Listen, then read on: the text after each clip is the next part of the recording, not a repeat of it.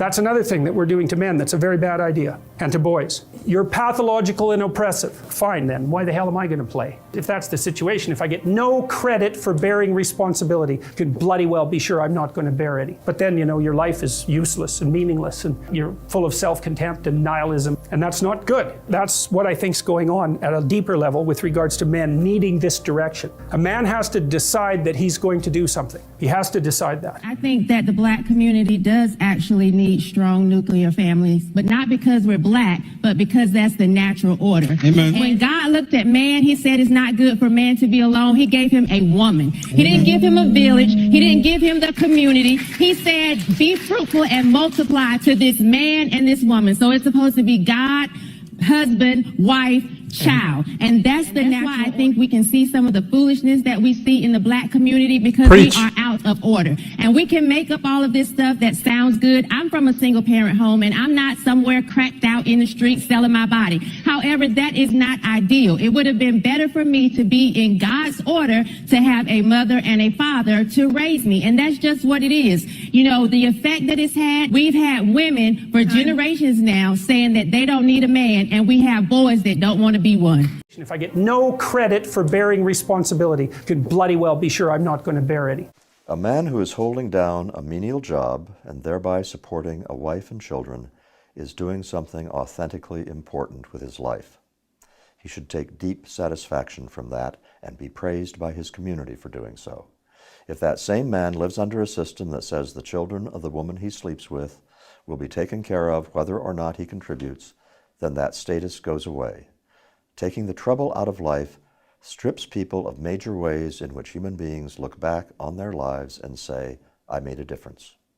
Raising a family, supporting yourself, being a good friend and a good neighbor, learning what you can do well and then doing it as well as you possibly can, providing the best possible framework for doing those things is what the American Project is all about.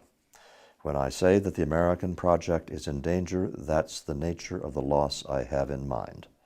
The loss of the framework through which people can best pursue happiness. Who's to say that the boy can have your way or mine? Why not let him decide? Now, I'm afraid it don't work that way. You can't let a young'un decide for himself. He'll grab at the first flashy thing with shiny ribbons on it. Then when he finds out there's a hook in it, it's too late. Wrong ideas come packaged with so much glitter, it's hard to convince them that other things might be better in the long run. All a parent can do is say, wait, trust me. Try to keep temptation away. It would have been better for me to be in God's order, to have a mother and a father to raise me. And that's just what it is. You know, the effect that it's had, we've had women for generations now saying that they don't need a man, and we have boys that don't want to be one. If that's the situation, if I get no credit for bearing responsibility, I'm not going to bear any. Men need to, quote, grow the hell up. Tell me why. Well, because there's nothing uglier than an old infant. There's nothing good about it. People who don't grow up don't find the sort of meaning in their life that sustains them through difficult times, and they're certain to encounter difficult times.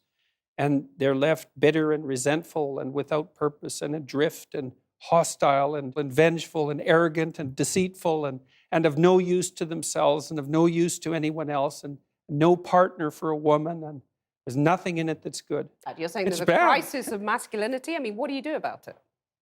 You help people understand why it's necessary and important for them to grow up and adopt responsibility, why that isn't a shake your finger and get your act together sort of thing, why it's more like a delineation of the kind of destiny that makes life worth living. What I've been telling young men is that there's an actual reason why they need to grow up, which is that they have something to offer, you know, that people have within them this capacity to set the world straight, and that's necessary to manifest in the world, and that also doing so is where you find the meaning that sustains you in life. So what's gone wrong then?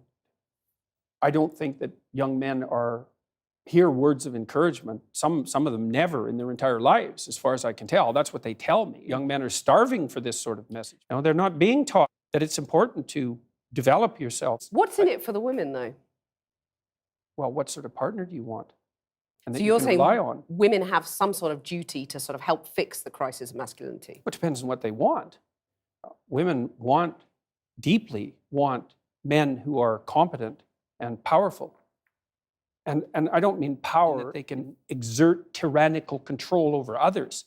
That's not power. That's just corruption. Power is competence. And why in the world would you not want a competent partner? Well, I know why, actually.